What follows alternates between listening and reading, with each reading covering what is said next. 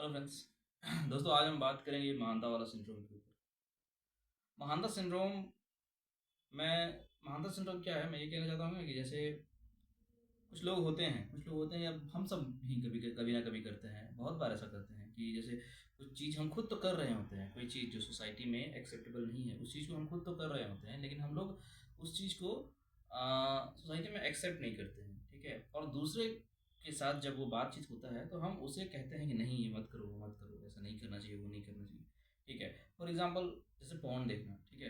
Porn mostly लोग देखते हैं, ठीक है। और लोग क्या करते हैं ना, वो खुद तो देख रहे हैं, और जब सोसाइटी में कहीं बात करने की बात आएगी तो वो खुद को ऐसा दिखाएंगे कि वो पॉर्न नहीं देखते, और वो बोलेंगे ऐसा कि नहीं, पॉर्न नहीं देखना चाहिए, गलत गलत चीज़ है, गलत बात है, ये है वो है। हाँ ठीक है, बात सही है कि गलत बात है, लेकिन आप खुद भी तो देखो वो चीज़ आप कैसे कह सकते हो किसी को जो आप खुद नहीं करते, ठीक है। तो ये महानता वाला सिंड्रोम का मैं बात कर रहा हूँ। लोग खुद वैसा होते नहीं हैं, बट वैसा करने की कोशिश करते हैं, वैसा दिखाने की कोशिश करते हैं, ठीक है। जैसे कोई एक्सप्रेस करने की कोशिश कर रहा है कि नहीं, मैं पोर्न नहीं देखता, ठीक है। या फिर कोई एक्सप्रेस करने की कोशिश कर रहा है कि वो शराब पीता है, कम पीता है, कभी कभी पीता है, मैं मानता हूँ इस बात को, लेकिन वो ऐसा दिखाने की कोशिश करता है कि मैं कभी नहीं पीता। और बात ऐसा है कि फिर इसमें बहुत सारा चीज़ आ जाता है, ठीक है। जैसे कोई ज्ञान देता है कि झूठ नहीं बोलना चाहिए, ठीक है, और वो कितने झूठ बोल रहा होगा जीवन में, पता नहीं, ठीक है।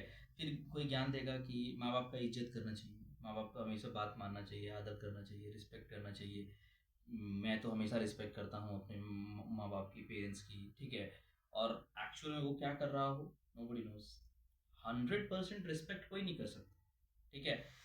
रिस्पेक्ट बहुत बार होता है, बहुत बार हमें, जैसे सपोज पेरेंट का ही हर बात हम नहीं मान सकते, 1000 में से 10 में से 8 बात 9 बात मानते हैं, पर कभी ना कभी एक बात ऐसा होता है जो नहीं मानना होता है, हम खुद नहीं मानना चाहते हैं, तो उससे रिस्पेक्ट खत्म नहीं हो जाता, लेकिन लोग उसे ऐसा दिखाते हैं कि रिस्पेक्ट नहीं है, ठीक है। तो और बहुत बार रिस्पेक्ट हम करते भी नहीं हैं, तो हमें ये एक्सप्रेस नहीं करना चाहिए उस वक्त कि हम बहुत रिस्पेक्ट करते हैं लोगों की, ठीक है। लोग क्या करते हैं ना ये सिंड्रोम में, कि लोग बस ये दिखाना चाहते हैं कि मैं कितना अच्छा हूँ। मैं बोला ना, मैं पहले ही बहुत बार बोला हूँ, और ये बात मैं कहता हूँ कि लोगों के अंदर ये भरा हुआ है, इनसिक्योरिटी को लोगों को दिखाना है कि वो कितना बेहतर है, कितना सुपीरियर है, दूसरों से कितना अलग है। और इस चीज़ को करने के लिए वो क्या करता है, वो दो तरीके का साधन लेता है, ठीक है। एक तो ये करता है वो काम कि दूसरे को नीचे नीचे दिखाने की कोशिश करता है बहुत बार, ठीक है। दूसरे इंसान को बोलता है, अरे तुम कौन देखता है, छे तुम झूठ बोलता है, छे तुम तो ऐसे करता है, तुम वैसे करता है, मैं तो नहीं करता, मैं वो नहीं करता। एक ये तरीका होता है कि दूसरे को नीचा दिखाना कुछ एक काम के करने के लिए। और दूसरा तरीका होता है कि खुद को दूसरे को नीचा ना दिखाना, पर खुद को ऊपर ऊंचा दिखाने की कोशिश करना। बहुत बार सच भी होता है और बहुत बार झूठ भी होता है, ठीक है। तो ये जो आपका सिंड्रोम है ना, अगर जिस एनालाइज करने की कोशिश करो, अगर आपके अंदर ये बात है ना कि आप खुद में ऐसा दिखाने की कोशिश करते हो कि झूठ मूठ का बहुत बार ऐसा होता है, ठीक है। तो यही इंसान के जीवन में उसके माथे पे, ठीक है, उसका टेंशन का बर्डन का कारण बनता है। और इसी बर्डन से बहुत बार इंसान एक बहुत हद तक एक झूठा ज़िंदगी जी रहा होता है, जो कि वो एक्सप्रेस नहीं कर सकता दुनिया के सामने, ठीक है। क्योंकि दुनिया के सामने वो ये दिखा के रखा हुआ है कि सॉरी, दुनिया के सामने वो ये दिखा के रखा हुआ है कि वो तो बहुत महान है, वो बहुत ही स्पिरिचुअल है या वो है, बट एक्चुअल में बहुत बार वो नहीं होता है। और इस बात से वो बहुत घबराया हुआ रहता है कि उसका ये खुलासा बाहर ना हो जाए, ठीक है। और ये सर का बहुत बड़ा टेंशन बना हुआ रहता है। तो अगर आप हैं ऐसे, अगर आपको लगता है कि आप थोड़े बहुत भी ऐसे हैं, ठीक है, झूठ मूठ का दिखावा करने का और इस तरह का महान बनने का या अच्छा बनने का कोशिश ना करें तो बेहतर होगा, क्योंकि इसमें कोई फायदा नहीं है, ठीक है। आप नॉर्मली बेसिकली आपको लोग, आप ये चाहते हैं कि आपको लोग अच्छा समझे, आपको अच्छा समझे, अच्छा देखे, ठीक है। लेकिन ये इस बात पे नहीं डिपेंड करता है कि वो आप कितने अच्छे दिखा रहे हो खुद, इस बात पे डिपेंड करता है कि आप कैसा बर्ताव करते हो उनके साथ। बहुत बार आप बहुत बुरे होते हुए भी किसी के साथ बहुत अच्छा बर्ताव करोगे ना, तो वो आपकी बुराई को भी नज़रअंदाज करके वो आपसे अच्छा संभाव का एक रिश्ता रखेगा।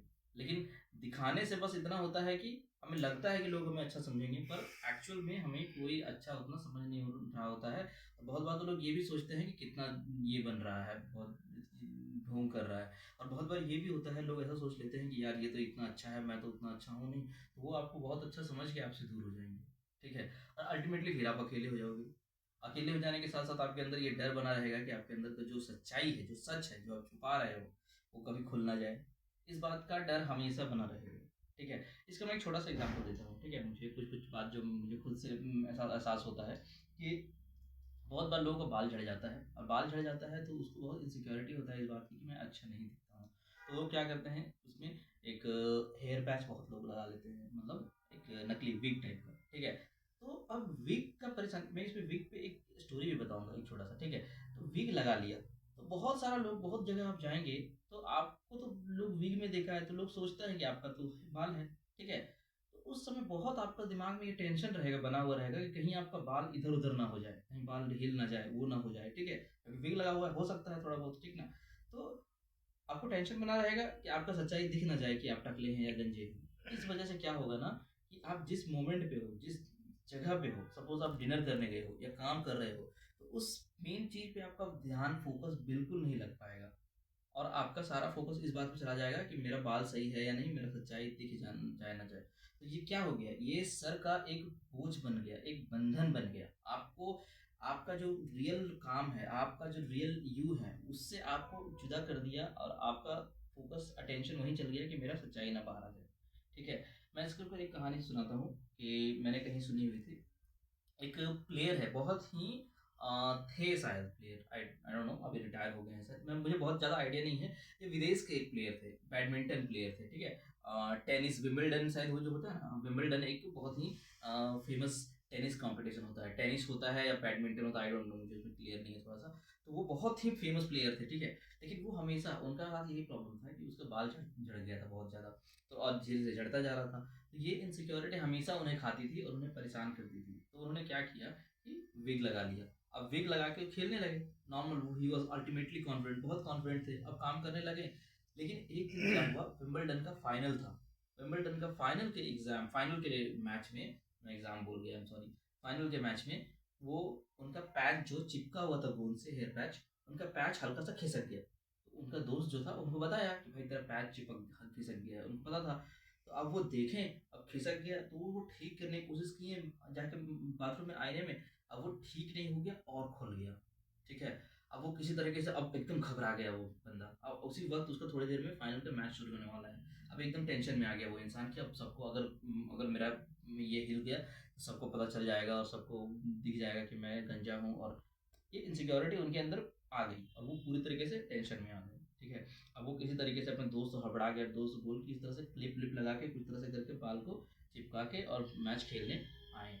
अब मैच खेलने आए तो अब लोग क्या देखे कि he was a world champion kind of, एकदम टॉप नॉच प्लेयर था वो। लेकिन लोगों ने क्या देखा कि देखे तो पता चला कि उसमें वो प्लेयर एकदम अजीब टाइप के खेल रहा है, एकदम सिंपल सिंपल बॉल्स को वो नहीं पकड़ पा रहा है, नहीं मार पा रहा है, ठीक है। अब एकदम दर्शक देख के एकदम हैरान हो गए, ये ऐसा कैसे खेल रहा है, एकदम नौसिखिया से भी बेहतर खेल रहा है।